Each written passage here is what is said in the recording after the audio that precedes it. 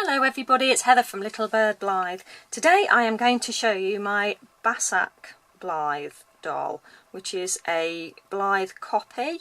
I don't know whether I've even said that right, Basaak, I don't know. But you do see these listed on eBay from time to time, and this is the very first doll of this style that I purchased. So before I bought any of my Blythes, any of my factory dolls, any of my custom dolls, this was the very first doll that got me started about 3 years ago, and I absolutely adored her. I could not believe how beautiful she was when I bought her. She was in better condition than this because she was straight out of the box. She wasn't very expensive. I think it was about £35, something like that, and so much less expensive than the Blythe dolls, because I couldn't see what the comparison was when I was looking online. All I could see was that they looked very similar. Obviously, since collecting different Blythe dolls, I know now the difference between this particular style of doll and a factory Blythe or a custom Blythe or a stock Blythe. But at the time I didn't know, and what I bought her for was to do some artwork, because I am an amateur artist and I used to love drawing girls' faces, particularly large-eyed girls. I think a lot of artists sort of go through that phase of drawing faces, drawing eyes, and I was really fascinated with that. But I was never very good at drawing bodies, and I really liked the look of the large head, small body and the large eyes. That was the look I was after. I actually found her by chance on eBay, and I just thought, wow, she's just gorgeous, absolutely perfect. So that's why I bought her. So it was, instead of buying a mannequin or, you know, an artist mannequin, I bought the doll as an alternative because she just had the look that I liked. Now, there are some differences between this type of doll and an actual Blythe doll, whether it's a factory or a stock doll. Her body is a bit thinner, so the clothes that she can wear are a bit different. She works very well in Bratz clothes, I have to say, although some of my Blythes will wear Bratz clothes as well. But she's actually got a very tiny waist, quite thin legs, and she's a bit stiffer than a Blythe doll. Some of the Blythe dolls, they have sort of a more rubbery texture to the legs, and this is more of a sort of plasticky look. And I'll be honest with you, it's not as good quality as a Blythe. You can't really see looking at her here, but she's actually got sort of little pimples on her legs where it's almost sort of damaged, and this is direct from the factory in a proper box. So it's not as good quality as a Blythe, even a factory Blythe doll. Her scalp is, I've actually removed this because she's had a different scalp on, but you can see, in fact I'm going to take that off so you can see. You can see there, the inside, that it's not as well made as a normal Blythe doll. It's much further in between the rooting process, so it doesn't look as good on.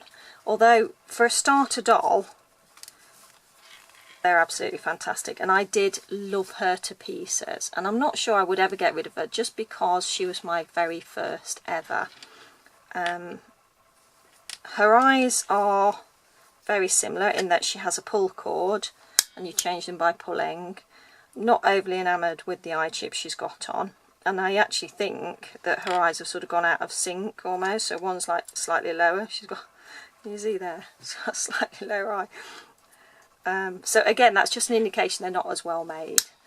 That's green side facing, pink forward facing, and blue side facing again. So you can see that the eye's sort of slightly dodgy and it's moving a bit. That's a good look, isn't it? Very fake eyelashes. She doesn't have sleepy eyes. The makeup's a bit dodgy. But having said that, she served a purpose and she got me into Blythe collecting, so I got to move those out. I really can't stand that colour, so we'll go back to the green because I think that's pretty.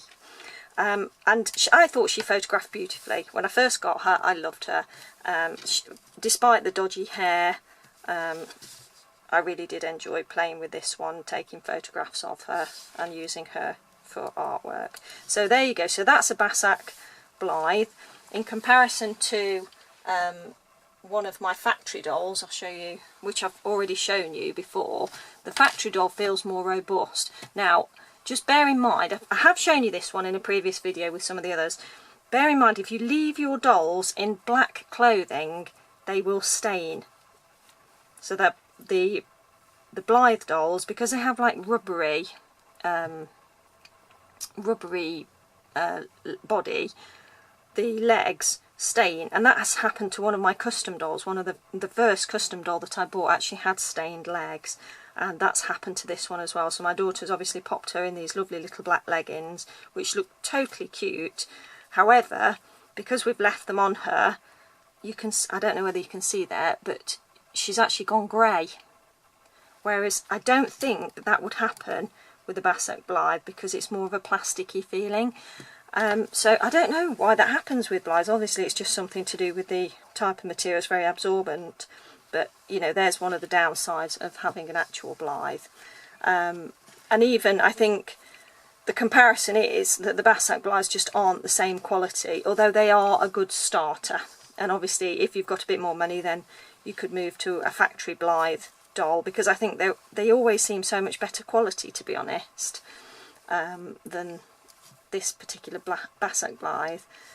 So the better quality, they seem more robust. The hair, even though this one's pretty horrendous, it's still rooted a bit closer together, and it just feels more robust. The eye mechanism seems better, but obviously factory Blythes do have their problems as well, and the stock dolls in theory are better quality. So anyway, there's a difference I thought I would show you. So that's a Basaak Blythe. I apologise if I have butchered the pronunciation of that, but it was really just to show you the difference, and my very first Blythe style doll. So I hope you enjoyed meeting this particular dolly, and if you did, please click the like button and subscribe to my channel and click the notification bell so that you're told when I put new videos out. And I hope you have a wonderful day, and I look forward to seeing you in the next video. Take care.